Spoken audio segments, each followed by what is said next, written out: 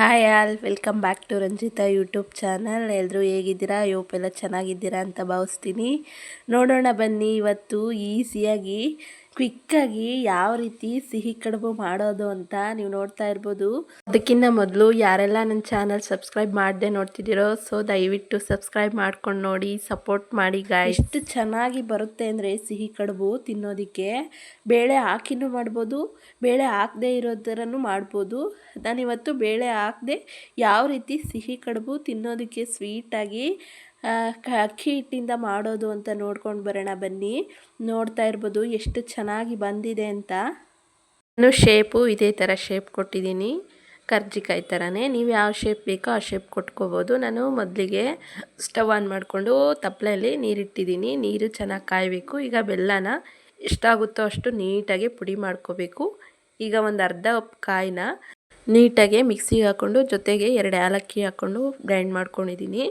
ಬೆಲ್ಲನೂ ಕಾಯಿನ ನೀಟಾಗಿ ಮಿಕ್ಸ್ ಮಾಡಿ ಒಂದು 10 ನಿಮಿಷ ಇದು ಮೆಲ್ಟ್ ಆಗೋದಕ್ಕೆ ಬಿಡಬೇಕು.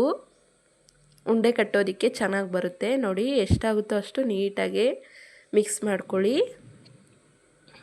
ನೋಡಿ ಈ ಉಂಡೆ ಕಟ್ಟಿದ್ರೆ ಈ ಥರ ಬರಬೇಕು.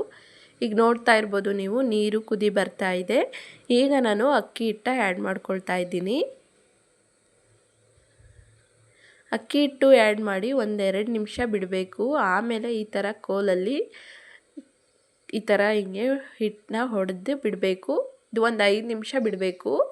ಚೆನ್ನಾಗಿ ಬೇಯಬೇಕು ಹಿಟ್ಟು ಚೆನ್ನಾಗಿ ಬೇಯೋದ್ರಿಂದ ಕಮ್ಮಗಿರುತ್ತೆ. ತಿನ್ನೋದಕ್ಕೆ ಮಾತ್ರ ಕಾಂಬಿನೇಷನ್ನು ಟೇಸ್ಟ್ ಮಾತ್ರ ಸೂಪರಾಗಿರುತ್ತೆ. ಈಗ ಆದಷ್ಟು ನೀಟಾಗಿ ರಾಮ್ಕೋಬೇಕು ನಾವು. ನೋಡಿ ರಾಮ್ಕೊಂಡು ಈ ರೀತಿ ಮುದ್ದೆ ಯಾವ ರೀತಿ ಕಟ್ತೀವೋ ಆ ರೀತಿ ಶೇಪ್ ಮಾಡ್ಕೋಬೇಕು. ಆರೋದಕ್ಕೆ ಬಿಡಬಾರ್ದು. ಆರೋದಕ್ಕೆ ಬಿಟ್ಟರೆ ಬೇಗ ಹಿಟ್ಟು ಬಿರುಕು ಬಿಡುತ್ತೆ. ಕಡುಬು ಮಾಡಿದಾಗ ಬೇಗ ಮಾಡ್ಕೋಬೇಕು. ಇದಕ್ಕೆ ಯಾವುದೇ ರೀತಿ ಎಣ್ಣೆ ಆಗಲಿ ತುಪ್ಪ ಆಗಲಿ ಯೂಸ್ ಮಾಡಲ್ಲ, ಬರೀ ನೀರಿಂದಲೇ ಮಾಡೋದು. ನೋಡಿ ಈ ರೀತಿ ಮಿದ್ಕೋಬೇಕು ನಾವು, ಕೈಯಲ್ಲೇ ಆದಷ್ಟು ಮಿದ್ಕೋಬೇಕು. ಈ ಥರ ಶೇಪ್ ತಗೊಂಡು ಆದಷ್ಟು ಕೈಯಲ್ಲೇ ನೀಟಾಗಿ ಈ ಥರ ಮಿದ್ಕೊಂಡ್ರೆ ಈ ಶೇಪ್ ತಗೊಂಡಿದ್ದೀನಿ.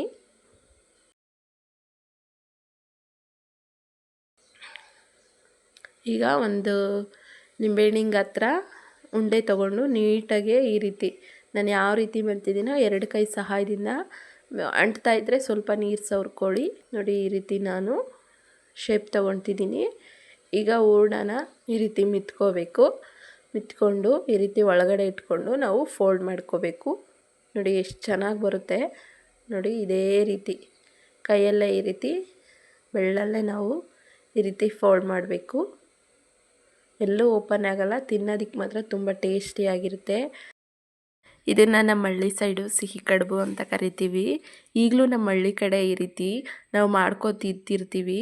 ತುಂಬ ಟೇಸ್ಟಿಯಾಗಿ ಹೆಲ್ದಿಯಾಗಿ ಇರುತ್ತೆ. ನೀವು ಒಮ್ಮೆ ಮರೆಯದೆ ಮನೆಯಲ್ಲಿ ಈ ರೀತಿ ಟ್ರೈ ಮಾಡಿ ನೋಡಿ, ತುಂಬ ಟೇಸ್ಟಿಯಾಗಿರುತ್ತೆ. ಮಕ್ಕಳಿಗಂತೂ ತುಂಬ ಇಷ್ಟ ಆಗುತ್ತೆ.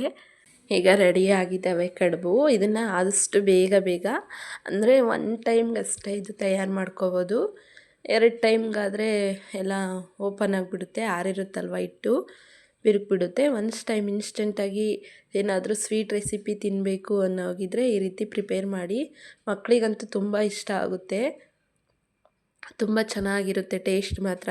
ನೀವು ನೋಡ್ತಾ ಇರ್ಬೋದು ಎಷ್ಟು ಚೆನ್ನಾಗಿ ಬಂದಿದ್ದಾವೆ ಅಂತ. ಆಲ್ರೆಡಿ ಹಿಟ್ಟು ಆರ್ತಾ ಬಂದಿದೆ, ಸ್ವಲ್ಪ ಬಿರುಕು ಬಿಡ್ತಾ ಇದೆ. ಎಲ್ರಿಗೂ ಈ ವಿಡಿಯೋ ನಿಮ್ಗೆ ಇಷ್ಟ ಆಯಿತು ಅಂದ್ಕೊಳ್ತೀನಿ. Thank you for watching. ಹಾಗೆ ಲೈಕ್ ಮಾಡಿ, ಶೇರ್ ಮಾಡಿ, ಕಮೆಂಟ್ಸ್ ಮಾಡಿ. ಪ್ಲೀಸ್ ಗೈಸ್ ಸಪೋರ್ಟ್ ಮಾಡಿ. Thank you all.